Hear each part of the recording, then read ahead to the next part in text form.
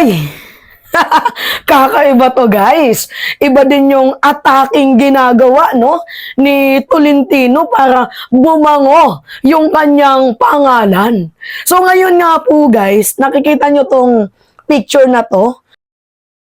Kahit ako nagulat. Kahit talaga ako, guys, literal na nagulat. Kasi tingnan nyo na, takbo para sa West Philippine Sea. Nakikita nyo? Talagang kakaiba din itong si Tolentino no? Iba talaga yung pagiging political butterfly ng taong to para ma-survive yung kanyang politika. Anyway, ito guys basahin ko muna yung post. Ano yung sabi? Sa West Philippine Sea, dito sa MOA grounds, isang okasyon na nagmumulat sa ating kamalayan ukol sa kaganapan sa ating karagatan. Nako, pro na pala itong si Tolentino. Pro Philippines na pala itong si Tolentino.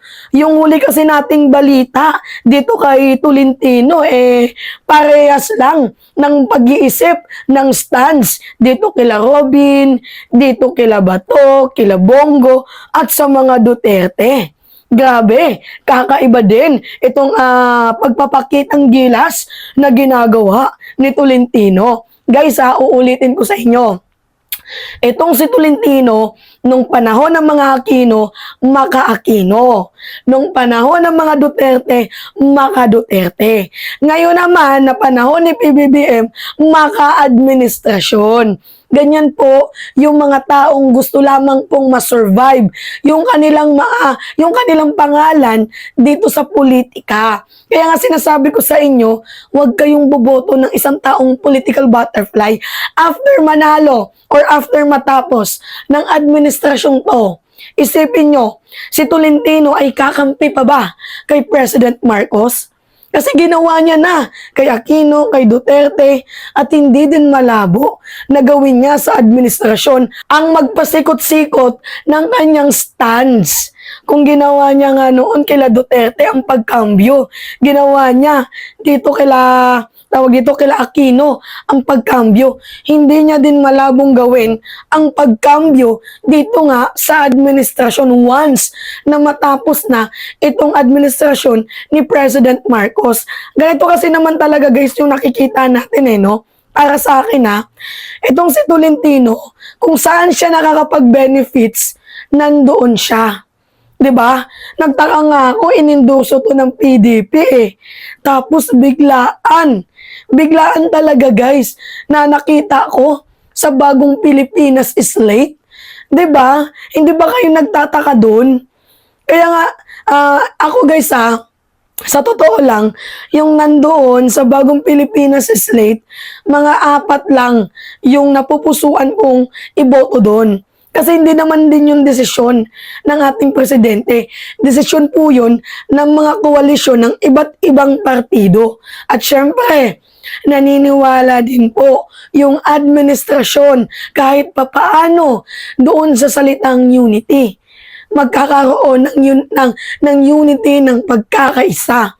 Ang problema kasi dito, kahit gustong i-apply ng ating presidente ang salitang pagkakaisa, hindi talaga natutupad dahil nga sa mga traidor.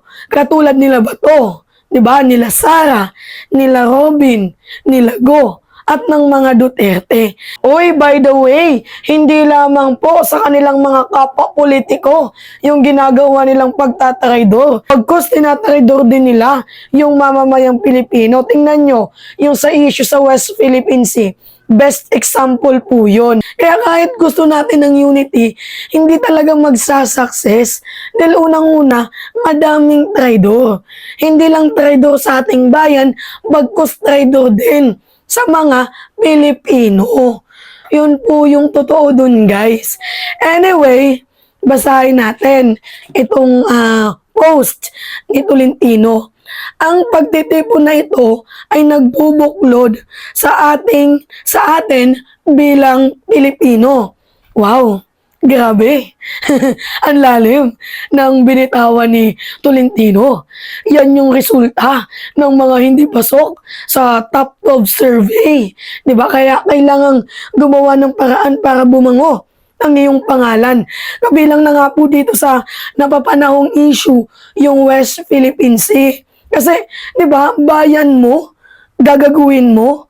'Di ba kaya madaming tao ang galit sa mga Duterte. Mabantot na yung pangalan ng mga Duterte. Pabagsak na sila. 'Di ba? Kaya itong si Tolentino kumakapit sa malakas. Ganyan po kaangas si Tolentino. Ginawa niya pong oportunidad. Ginawa niya pong opportunity. Yung galit na mamamayang Pilipino dito nga po sa mga Duterte. Dahil nga sa approach nila sa West Philippine Sea, ginawa niyang opportunity yung pagkakataong ito para pabanguhin yung kanyang pangalan. Wala political butterfly. Diba? Tapos sasabihin ng mga Duterte, kung hindi dahil sa amin, wala kayong Marcos na presidente. Like, talaga ba? Kamo, kung walang mga Marcoses, wala sanang naging Duterteng presidente. Yun yung totoo dyan.